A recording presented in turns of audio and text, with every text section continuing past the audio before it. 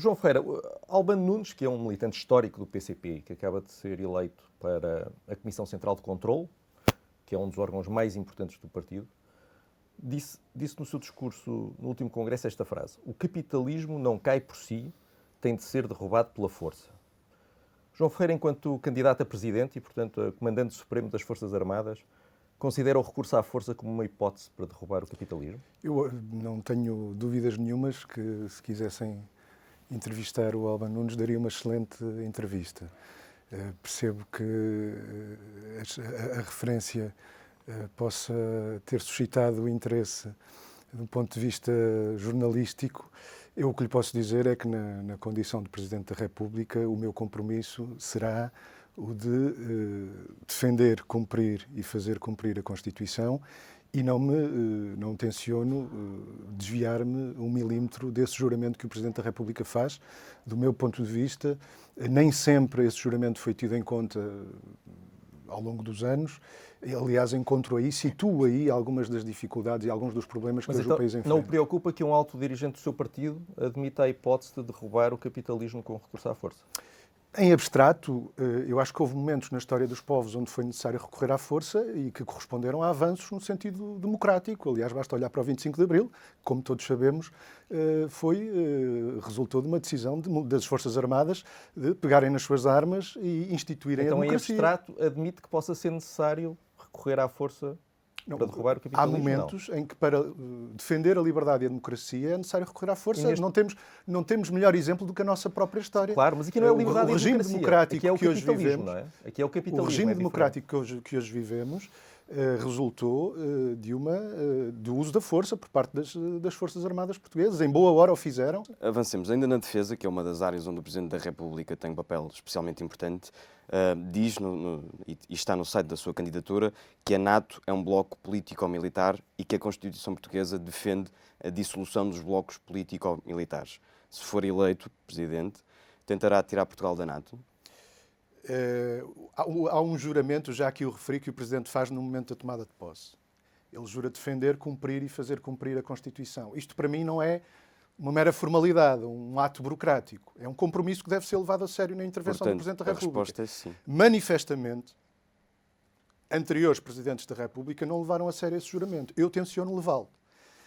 E, portanto, no que respeita às relações internacionais, é no capítulo das relações internacionais que se insere essa disposição. De facto, a nossa Constituição preconiza a dissolução dos blocos político-militares, o desarmamento geral e controlado, a resolução pacífica dos conflitos internacionais. Eu acho que o Presidente da República deve contribuir no domínio daquilo que são as suas competências, os seus poderes e a sua intervenção, também no domínio da sua intervenção pública, deve contribuir para que se cumpram desígnios constitucionais. Portanto, e esse, para ser absolutamente claro, considero particularmente importante. Claro. Outra das áreas de influência de um Presidente da República são os negócios estrangeiros, já falamos deles, e a relação com outros chefes de Estado.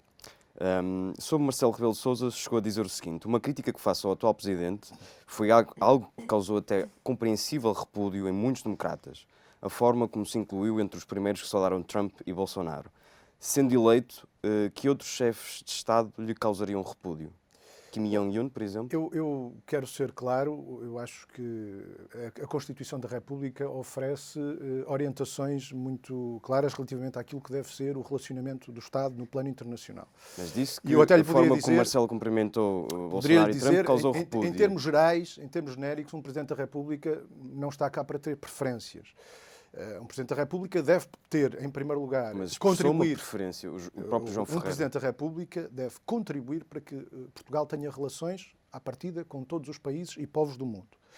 Deve fazê-lo respeitando aquelas que são as decisões de cada povo e as escolhas que cada povo faz. Aliás, deve basear as relações do Estado português no plano internacional, devem basear-se no respeito pela independência e pela soberania nacionais, pelo direito internacional, ou seja, pelo direito de cada povo decidir livremente do seu destino, por os princípios da não ingerência, Carta das Nações Unidas. Este deve ser, digamos que, um guia para a ação no que toca ao relacionamento do Estado português. João Ferreira, mas o Presidente da República causou repúdio, que o gesto de Marcelo causou repúdio. Um Presidente da República. O que perguntamos é se que outros chefes de Estado é que lhe causariam repúdio. Kim Jong-un, por exemplo? Não, como imagina, Não tenho, do ponto de vista pessoal, não terei, perante a diversidade de chefes de Estado com os quais potencialmente poderia contactar nas funções de Presidente da República, não teria por todos o mesmo grau de identificação e de apreço. Aquilo que lhe estou a dizer, mas eu passo isso para um plano secundário, aquilo que lhe estou a dizer, em termos genéricos, o Presidente da República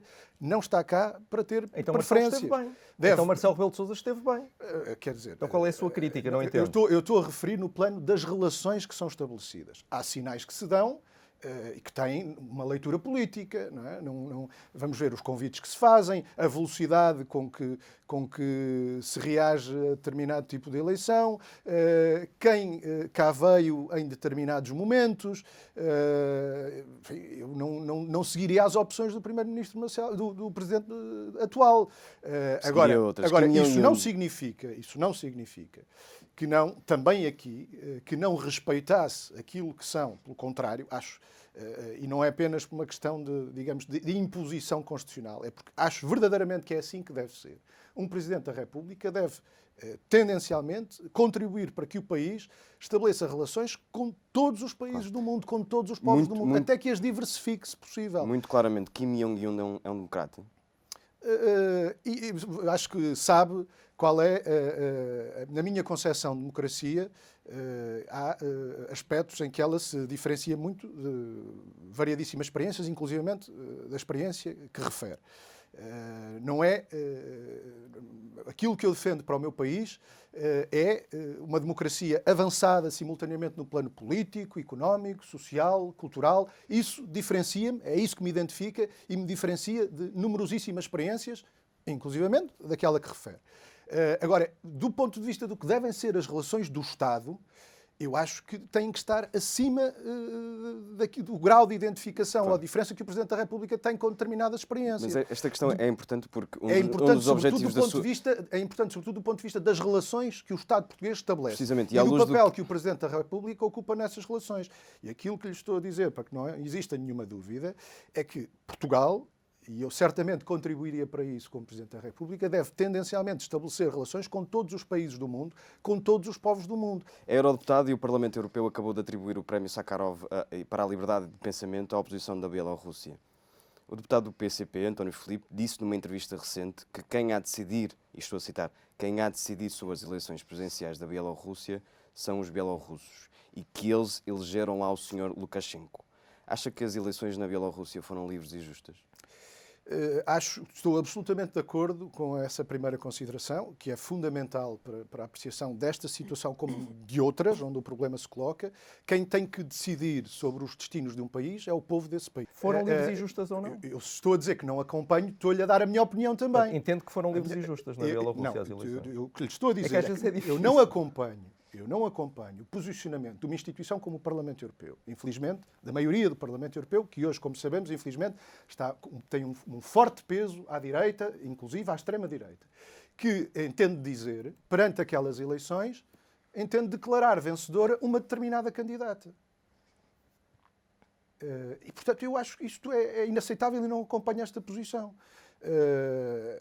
Agora acho que deve ser aquele povo com umas eleições que, neste caso em concreto, tiveram observadores internacionais, não europeus, mas observadores da comunidade internacional.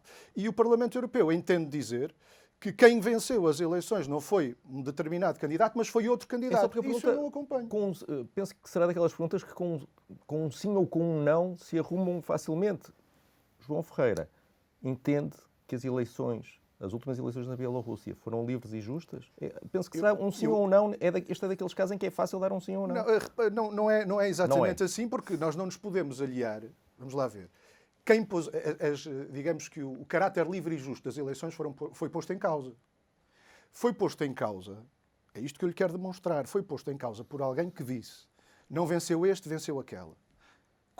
com que base o fez? Com que critérios? Com que informação o fez? Voltando a Portugal e diversificando o tema, no final de novembro disse em entrevista à TVI que daria posse a um governo de direita com o Chega. Há dias na RTP não respondeu de forma clara. Daria posse ou não, afinal? Se há um governo que, dando garantias de cumprimento da Constituição, inicia funções afrontando a Constituição, não teria hesitação nenhuma em demitir esse governo. E aí está de acordo com duas das candidatas. Mas agora também não posso inventar problemas ou poderes, peço desculpa, não posso inventar poderes que a Constituição não atribui ao Presidente da República. Nem acho que isso deva acontecer.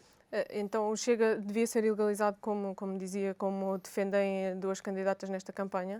Eu acho que essa é uma decisão que, neste momento, cabe ao Poder Judicial e, designadamente, ao Ministério Público. Não, vamos ver, a lei... Mas enquanto Presidente, que tipo de intervenção é que teria, não inventando poderes? Já sabemos. O Presidente não ilegaliza partidos. A Constituição e a lei determinam as condições em que os partidos são criados e em que desenvolvem a sua ação. Se existem partidos que, pelos seus princípios ou pela sua prática, vão contra princípios estabelecidos quer na Constituição, quer na lei, cabe ao Ministério Público desencadear os procedimentos necessários. E o Chega vai contra esses princípios? Eu acho que, por aquilo que tem sido, quer a prática, quer aspectos programáticos da sua ação, na minha apreciação pessoal, já o disse, contraria princípios e valores constitucionais. O PCP é manifestamente contra, portanto, só se absteve uma vez e desde então vota sempre contra a declaração do estado de emergência. Mas são medidas que estão a ser adaptadas em todo o mundo. Que país é que o PCP tem como exemplo de uma resposta eficaz que possa ser dada à pandemia? Atenção, não confunda medidas com o quadro, designadamente no plano constitucional, que é estabelecido para cumprir essas medidas. Quanto às medidas, eu acho que elas são insuficientes. Algumas são necessárias, vamos ver, são necessárias indiscutivelmente medidas que passem pela adoção de comportamentos individuais que minimizem determinado tipo de interações, por exemplo, ou que merece-lhe oposição, recolher obrigatório, por exemplo. Os limites à circulação. Eu acho que é possível implementar medidas de defesa da saúde sem recorrer a um estado de exceção, de emergência, que suspende direitos e liberdades fundamentais. O plano do governo para a TAP prevê despedir milhares de trabalhadores e reduzir salários para manter a companhia a funcionar. Se este plano fosse ao Parlamento, o PCP chumbava? Teria que perguntar ao PCP. Eu estou aqui na condição de candidato a Presidente da República e não lhe posso dar essa resposta, mas posso lhe dizer o que é que eu penso desse plano. Precisamente. Eu creio que a TAP precisa, neste momento, como a generalidade das companhias aéreas europeias e no mundo, de uma intervenção do Estado que segura a empresa durante um período que será sempre temporário e excepcional, em que existem restrições ao tráfego aéreo. É necessário segurar a empresa, o que implica segurar postos de trabalho, para logo que as restrições sejam eliminadas, a empresa possa operar cumprindo aquela que é a sua missão. O Governo entende que segurar a empresa e segurar postos de trabalho são opções contraditórias, segundo eu acho que não, e eu acho que o futuro da TAP passa pela defesa dos seus trabalhadores, dos direitos e dos postos de trabalho. Eu acho que atacar a TAP do ponto de vista da sua capacidade de operação, da sua dimensão, dos seus trabalhadores, pode corresponder a um risco, no fundo, aceitando, sem discutir, o que são as orientações e as imposições que nos vêm de Bruxelas neste momento, pode significar deixar a companhia, uma vez passadas as restrições que estamos a enfrentar, numa situação de fragilidade tal que a pode deixar à mercê de um qualquer gigante europeu do setor. E podemos chegar à conclusão que a única forma de resolver esse problema é dissolvendo o CEF? Ou acha que isso não se coloca de todo? Eu acho que essa reflexão, já tive a ocasião de o dizer, tem que ser mais ampla e tem de incluir necessariamente uma discussão sobre aquilo que queremos, sobre que modelo de segurança interna queremos. Porque Portugal não tem apenas uma força policial, ou não tem apenas uma força com competências policiais, tem várias, para além da PSP e do CEF, tem a GNR, a Polícia Marítima, temos um corpo de guardas prisionais, ou seja, temos que olhar para o conjunto de forças e serviços de segurança e refletir sobre o modelo de segurança interno que queremos. Porque, por exemplo, tenho dado este exemplo, quer dizer, nós termos, até hoje, a persistência de uma situação em que existe uma força de natureza civil e uma força de natureza militar, sendo que os profissionais têm logo à partida direitos completamente diferentes, mas têm as mesmas competências para fazer as mesmas coisas, às vezes até em partes vizinhas do território. PSP e GNR. PSP e GNR, por exemplo. Não é? Mas então, fazia sentido haver um debate sobre em que medida devemos arrastar esta situação, quanto a mim é anacrónica. Mas não lhe causa estranheza que o diretor nacional da PSP fala à saída de uma audiência com o Presidente da República sobre uma questão tão estrutural como... Acho que causou a mim e a todos os que ouviram aquelas declarações. E Eduardo Cabrita foi desautorizado, presumo que partilha essa opinião. Eu acho que também pode dizer que depois o diretor nacional da PSP foi desautorizado, não é? Ou se quiser, foi para usar uma expressão mais prosaica, foi posto no lugar, não é? Sim, já estamos numa sucessão de desautorizações, não é? Enfim, não sei se lhe chamaria essa desautorização, digamos que foi uma recordatória para aquilo que são as competências de um chefe de polícia, não é?